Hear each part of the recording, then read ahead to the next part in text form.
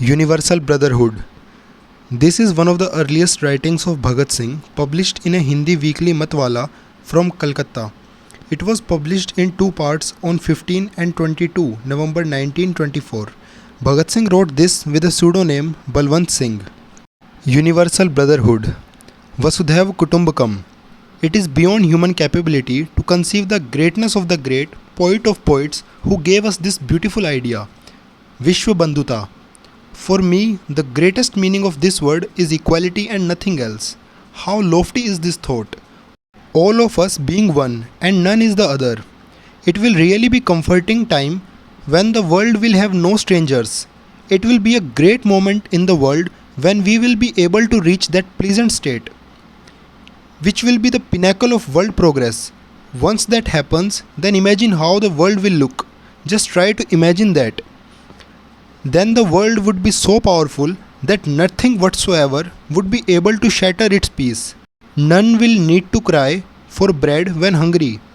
World trade would flourish spectacularly, but France and Germany will not go to war for trade. America and Japan would be there, but without any complex of belonging to the East or the West. The blacks and the whites will be there, but the latter won't be able to burn the former or the red Indians alive. There would be peace without penal courts. There would be Britishers and Indians, all right, but not as rulers and the ruled. Even without invoking Mahatma Tolstoy's resist not the evil, we would not see evil anywhere. That would mean complete freedom. Just try and imagine those moments. Given the present condition, who can imagine the time when people will shun evil on their own and not do someone's fear? We would reject the fabled heaven and declare that nothing like heaven exists. Can such a time ever come? This is a big problem, a complex problem, which cannot be explained easily. However, I want to raise another question. Are people seriously interested in bringing about that sort of time? Are those people who invoke universal brotherhood or cosmopolitanism all the time really keen to bring that about? Merely saying yes won't work. It is not a resolution of the Indian National Congress. The question needs serious consideration. Are people ready to make sacrifices for that? We will have to sacrifice the real present for that imagined future. We will have to create chaos to achieve that imagined peace. We will have to sacrifice everything for that fairy tale. We will have to spread utter chaos to achieve that peaceful state. To achieve that persecution-free world, we will have to indulge in persecution. For that happy world, for the mere hope of that world, we will have to die. Are people ready for that? We will have to campaign for equality and equity. We will have to punish those who oppose the creation of such a world. We will have to create chaos in place of those states, empires who, blind with power, are responsible for inflicting pain and suffering on crores of people. Are people ready for that? We will have to prepare the world to welcome such an ideal. We will have to destroy all other crops to sow this seed in our fields. The thorny bushes will have to be uprooted to douse the fire. The stones and stubs will have to be crushed to bits. We will have to work tirelessly. We will have to uplift those who are in dumps. The wretched need to be shown the way to progress. The spurious power centers will be forced to stand with us. The arrogant will be taught to be humble. The weak will be empowered. The slaves would be set free. The illiterate would be educated. The hopeless will be given hope. The hungry will get food. The homeless will get homes. The atheists will be turned into believers. And all those with blind faith will be given freedom of thought. Will the people do all this? Hey, all those screaming for world brotherhood, are you ready for all this? If not, then just give up this hypocrisy today. We will have to sacrifice you at the altar of the goddess of universal brotherhood because you are fabulists. If you are ready, then come to the field of action and go through the test. Merely imagining the scary sight of the field of action forces you to hide in the corners of your homes. If you are really interested, then come on. The first task will be to uplift the fallen India. We will have to break the chains of slavery. We will have to eliminate oppression. We will have to destroy subjugation at its lures humanity away through corrupt means from the path of justice. If despite the fact that you accept the above stated truth, you want to stay away due to fear of prison or death, then give up this hypocrisy today.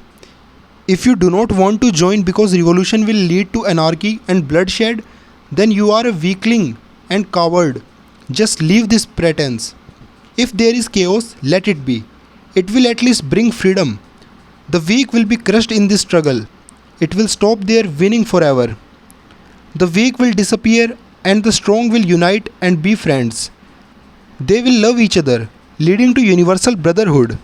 Yes, the weak will have to be crushed once and forever. They are the culprits of the world.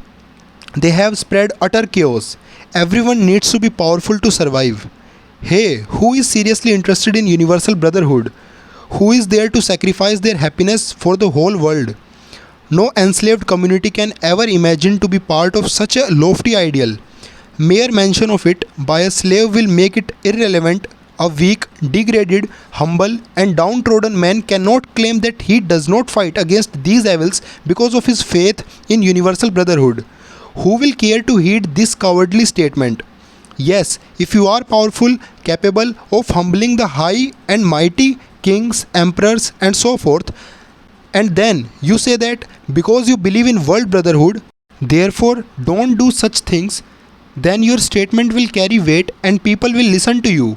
Vasudhaiva Kutumbakam will gain importance then. Today you are slaves. Your statement appears to be hypocrisy. It is farce. Do you want to preach this principle? If yes, you will have to follow that man who said, "He who loved humanity loved God. God is love and love is God." Who mounted the gallows for sedition. Are you ready to bravely preach the doctrine of universal brotherhood like him?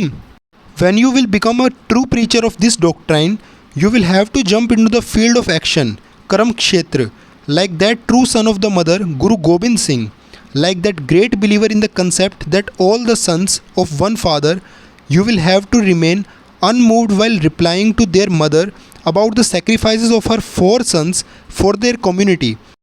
Will you be able to keep your cool seeing your most beloved ones, whom you would like to keep before your eyes all the while, being sacrificed and tortured before you?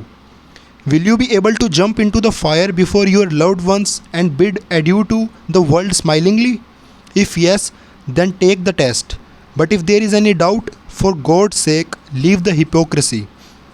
As long as the words like black and white, civilized and uncivilized, ruler and the ruled, rich and poor, touchable and untouchable, etc., are in vogue, where is the scope of universal brotherhood? This can only be preached by the free people. The slave India cannot refer to it. Then how will this doctrine be preached? You will have to empower yourself. For empowering yourself, you will have to expand. Whatever power is with you, you will have to run from pillar to post all your life like Rana Pratap. Then and then alone will you pass the test. Don't you see the real preacher of universal brotherhood was Mazzini, who remained in self-incarceration in one place for 20 years. Lenin was the supporter of this doctrine. He suffered untold miseries. George Washington, America's liberator, was its supporter.